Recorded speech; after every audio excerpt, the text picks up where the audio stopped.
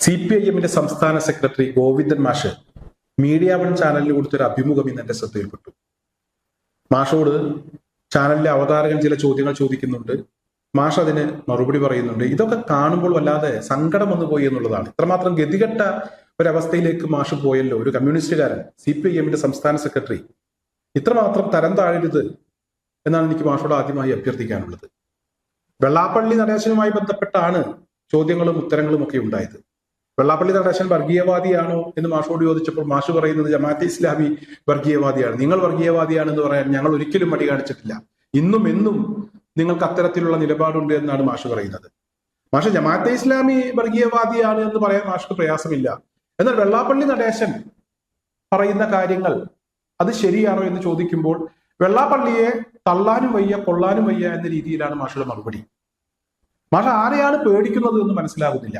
ആരെങ്കിലും മാഷോട് പിണങ്ങുമെന്ന് ഭയന്നിട്ടാണ്. അതായത് ഈ കഴിഞ്ഞ ദിവസം ബിനോയ് വിശ്വം വെള്ളാപ്പള്ളിക്കെതിരെ രംഗത്തെത്തിയപ്പോൾ ബിനോയ് വിശ്വം 1 ലക്ഷം ചോദിച്ചപ്പോൾ 3 ലക്ഷം പാർട്ടി ഫണ്ട് കൊടുത്തു എന്ന് പറഞ്ഞ് വെള്ളാപ്പള്ളി രംഗത്തെത്തിയിരുന്നു. ഇനി മുന്നണിക്ക് നേതൃത്വം കൊടുക്കുന്ന CPIM അതിനേക്കാൾ കൂടുതൽ വല്ലതും വാങ്ങിച്ചിട്ടുണ്ട് എന്ന് വെള്ളാപ്പള്ളി പറയുമെന്ന് ഭയന്നിട്ടാണ്. എന്താണ് കാര്യം പിടുത്തം കിട്ടുന്നില്ല. യഥാർത്ഥത്തിൽ വല്ലാത്തൊരവസ്ഥയിലേക്ക് മാഷ് പോയി എന്നുള്ളതാണ്. അത്രമാത്രം തരംതാന്ന് പോയി എന്ന് പറയാതിരിക്കാൻ കഴിയില്ല.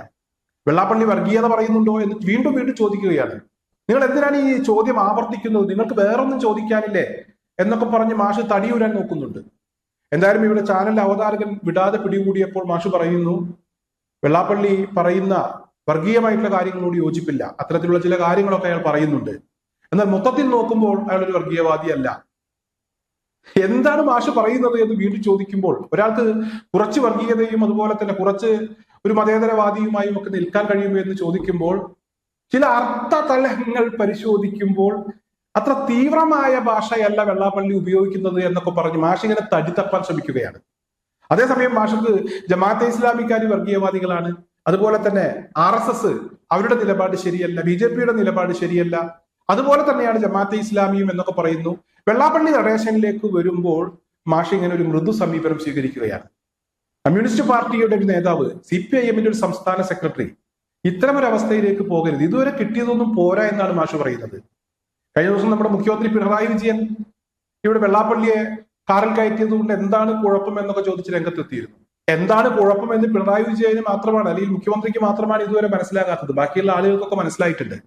എന്നാലും ഗോവിന്ദ് മാഷിക്ക് കുറേശ്ശെ കാര്യങ്ങൾ പിടികിട്ടിയിട്ടുണ്ട് എന്ന് പറയാതിരിക്കാൻ കഴിയില്ല. കാരണം മാഷ് പറയുന്നത് ഇടക്കൊക്കെ അയാൾ വർഗീയത പറയാറുണ്ട്.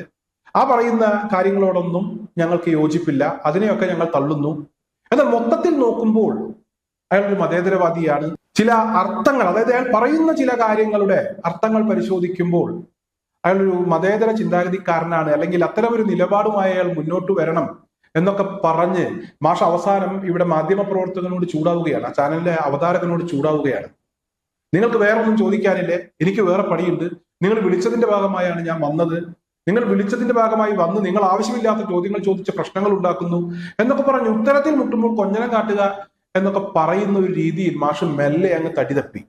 അതായത് CPIMന്റെ സംസ്ഥാന സെക്രട്ടറിയുടെ ഒരു അവസ്ഥ, ഇത്ര ഗതികെട്ട ഒരു അവസ്ഥ ഇതിനു മുമ്പ് ഞാൻ കണ്ടിട്ടില്ല എന്നുള്ളതാണ്.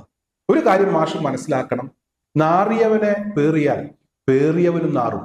ഇനിയെങ്കിലും അത് മനസ്സിലാക്കിയിട്ടില്ലെങ്കിൽ വരാൻ പോകുന്ന നിയമസഭാ തിരഞ്ഞെടുപ്പിൽ CPIM അല്ലെങ്കിൽ ഇടതുപക്ഷ ജനാധിപത്യ മുന്നണി 8 നിലക്ക് പൊട്ടുമെന്നുള്ള കാര്യം ബിനോയ് വിശ്വത്തിന് കാര്യം മനസ്സിലായിട്ടുണ്ട്. അദ്ദേഹം ഒരു മുഴം മുന്നേ എറിഞ്ഞിട്ടുണ്ട്. എന്നാൽ അതിന്റെ ഭാഗമായി ബിനോയ് വിശ്വത്തിന് കൊടുത്ത കാശിന്റെ കണക്ക് പറഞ്ഞ അന്തസ്സില്ലാത്ത ചില പരിപാടികളുമായി വെള്ളാപ്പള്ളി നടേശൻ സ്ഥിരമായി എടുക്കുന്ന ചില അന്തസ്സില്ലാത്ത നിലപാടുകളുണ്ട്. ആ നിലപാടുമായി രംഗത്തെത്തി കൊടുത്തത് ആരും അറിയാതെ കൊടുത്ത കാര്യം വിളിച്ചു പറയുന്ന ഒരു പരിപാടി. എന്തായാലും മാഷിനി അങ്ങനെ വല്ല പേടി കൊണ്ടാണോ എന്ന് അറിയില്ല. എന്തായാലും മാഷ പേടിച്ചാലും പേടിച്ചില്ലെങ്കിലും ഉള്ള കാര്യം ഉള്ളതുപോലെ പറഞ്ഞില്ലെങ്കിൽ ഈ പാർട്ടി ഇതുവരെ സ്വീകരിച്ച നിലപാടുകളല്ല ഇപ്പോൾ സ്വീകരിക്കുന്നത് എന്ന് ജനം മനസ്സിലാക്കും. അതിനനുസരിച്ച് വിധി എഴുതും. അക്കാര്യം മറക്കാതിരിക്കുക എന്ന് മാത്രമാണ് എനിക്ക് ഈ ഒരു അവസരത്തിൽ അഭ്യർത്ഥിക്കാനുള്ളത്.